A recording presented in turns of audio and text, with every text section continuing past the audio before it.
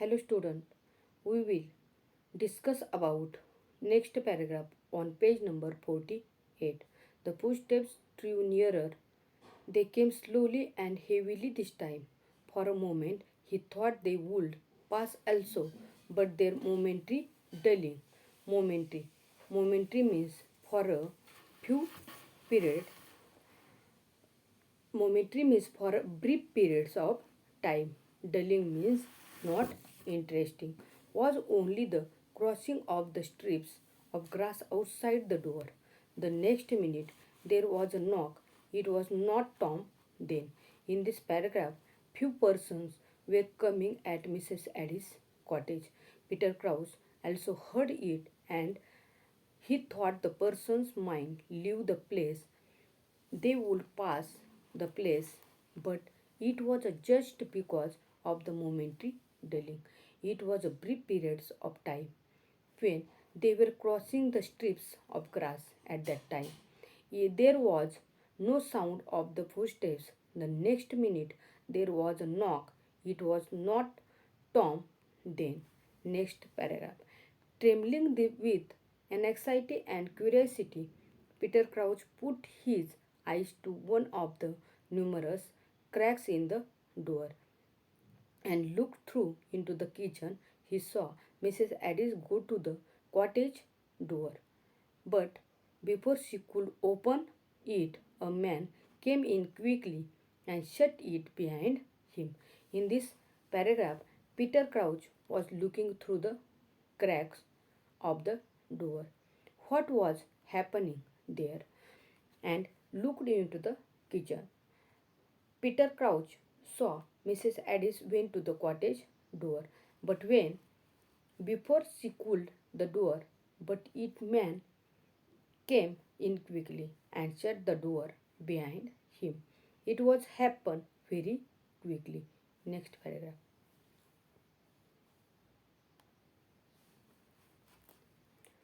Crouch recognized Whittler, one of the keepers of Scotney Castle, and he felt his hand and feet grow leaden cold. They knew where he was then. They had followed him. They had guessed that he had taken refuge with Mrs. Addis. Refuge means shelter. It was all up. He was not really hidden. There was no place for him to hide. Directly they opened the inner door, they would see him. Why couldn't he think of things better? Why wasn't he cleverer at looking after himself? Like other men, his legs suddenly refused to support him and he sat down on the pile of sack. In this paragraph, Peter Crouch recognized Whittler that Whittler was the keeper of Scotney Castle. He felt his hand and his feet grow leaden cold. He realized that something wrong was done by him. The keeper guessed that he had taken Mrs. Addis' cottage. It was end of life. He realized that there was no place for him to hide. They opened the inner door. They would see him. Peter Crouch said that why couldn't he think of things better? Why was not the cleverer at looking after himself like another person's? Next paragraph. The man in the kitchen seems to have some difficulty in saying what he wanted to Mrs. Addis. He stood before her silently twisting his cap. Well, what is it? She asked. I want to speak to you, ma'am. In this line, the person who came, they could not utter these words. He stood before her silently twisting his cap. Mrs. Addis inquired what it was. Now the person said he wanted to speak. He wanted to give information to her, and Peter Crouch was listening the sounds very carefully. Next line. Peter Crouch listened, straining his ear, for his thudding hurt nearby, nearly drowned the voices in the next room. Oh no, he was sure she would not give him away. If only for Tom's sake, she was a good shot, Mrs. Addis. Well, she said sharply as the man remained tongue tied. Tongue tied means speechless. I have brought you bad news, ma'am. Her expression changed. What it isn't Tom, is it? He is outside, said the keeper. What do you mean? Said Mrs. Addis, and she moved the door. Don't, ma'am. Not till I have told you. Told me what? Oh, be quick, man, for mercy's sake. And she tried to push past him to the door. In this paragraph, Peter Crouch was listening, straining his ear for his thudding heart. Nearly drawn the voice in the next room. He was realized that Mrs. Addis was not give him away because he was a good friend of her son. He bought sorry, he thought that Mrs. Addis was a good lady and she was a good woman. Peter Crouch was hearing the sound. The man talked with her. He had brought her bad news to Mrs. Addis. Mrs. Addis' expression suddenly changed. Before that, she was behaving like a normal person. She was worried about if that was Tom who had been shot. She was frightened. Mrs. Addis was and uncontrolled. She was couldn't even had guessed that her son was being accidentally, and so she said that told me, what do you want to tell me? That don't hide me. Do mercy on me. She tried to push him away from the door. She wanted to go towards the door. Next paragraph, page number 49. There's been a row, he said, down by cinder wood. Cinder wood means forest. There was a chap. Chap means young boy. There, snaring rabbit, and Tom was walking with the boorman and me and old Crotch. We heard a noise, and there it was too dark to see who it was. And directly he saw us, he made off, but we would scared him, and he let fly with his gun. Tom said, Mrs. Addis. In this paragraph, Whittler was there to tell very bad news to the mother. The mother had lost her child, her son, accidentally, and Whittler to tell that bad news to that mother. He was not explaining the details to the mother. He told that there was a quarrel in the cinderwood. There was a person who was hunting rabbits and Tom. He was walking with Whittler and Burman. He was with a company all of us. He it was totally dark. He was doing something illegal and he was hunting rabbits. Immediately he shot the gun. The keeper had forgotten his guard, and before he could prevent her, she had flung open the door. It was very difficult situation, the keeper, the Whittler. He had to stop Mrs. Addis. He had prevent her from watching his dead body, but he could prevent her. She directly flung open the door and she actually went outside.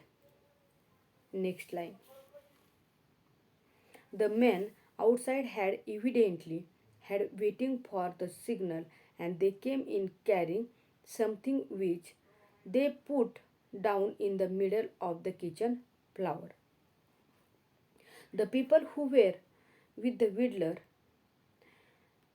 they were waiting for the signal. They were carrying something. It was dead body of Tom, and to put dead body put down in the middle of the kitchen floor. Is he dead? Asked Mrs. Addis without tear. Mrs. Addis shocked, and she was not crying. She was not becoming emotionally. She just asked him, "Is he dead?" The the man nodded. They could not find to dry face like her. People were helpless. They couldn't find a dry face like her. She was not shouting. She was not crying. Next line. The in the said Peter Crouch had ceased to sweat and tremble. Strength had come with despair. With he sorry, for he knew he must despair now. Besides, he no longer wanted to escape for these things that he had done. Oh, Tom, and I was thinking it was one of the keepers, oh Tom, and it was you that got it from me. I don't want to leave. In this paragraph, Peter Crouch had frightened. He was feeling actually guilty. He had killed his best friend, Tom, and Peter Crouch was thinking that it was one of the keepers. Peter Crouch had shot one of the keepers, but he was feeling very bad and he realized that he had killed his best friend, Tom. And it was you that got it from me. I don't want to live means he had killed means Peter Crouch had killed one of his best friends. He felt very guilty about himself and he felt very bad. Peter Crouch was very sad to his friends. Next line. And yet life was sweet. For there was a woman at Ticehurst, two women as faithful to him as Tom, who would go with him to the world's end even now. But he must not think of her. He had no right. He must pay with his life for what he had done. In this paragraph, though Peter Crouch felt very sad, he was criminals. He was a bad person. He had no right persons. He had killed best friend Tom. He felt that there was a woman at Ticehurst, a woman as faithful to him like his friend Tom. Peter Crouch said that he had no right, and Peter Crouch was thinking of that lady, but he had no right. He was wrong because he had killed his best friend Tom. Mrs. Addis was sitting on the old basket armchair by the fire.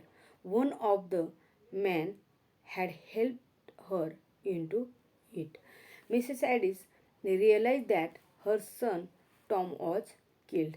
She was sitting in the old basket armchair by the fire. One of the men had helped her into it. She knew that her son Tom was killed due to Peter Crouch and he was hiding her own cottage. She was sitting and one keeper helped her.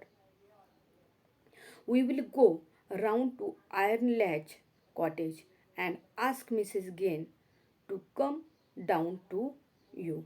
In this line, one of the keepers suggested that they will go to Iron Latch cottage and they would bring Mrs. Gain as companion for her. Next line. This is a terrible thing to have come to you and ask for the man who did it. We have a middling good guess who he is and he shall hang in this line. This is very this is a very terrible things. The keeper told her that they had guessed about the criminal sack means we didn't the criminal sack means dismiss from the job. Next line. We didn't see his face, but we have got his gun. He threw it into a bush when he bolted, and I swear that gun belonged to Peter Crouch, who's been up to no good since the day he was sacked for stealing corn. Sack means dismiss from the job. The keeper gave the information. They knew that the gun belonged to Peter Crouch. Peter Crouch knows all this. Sorry, Peter Crouch known all this situation. Now we will see next paragraph tomorrow.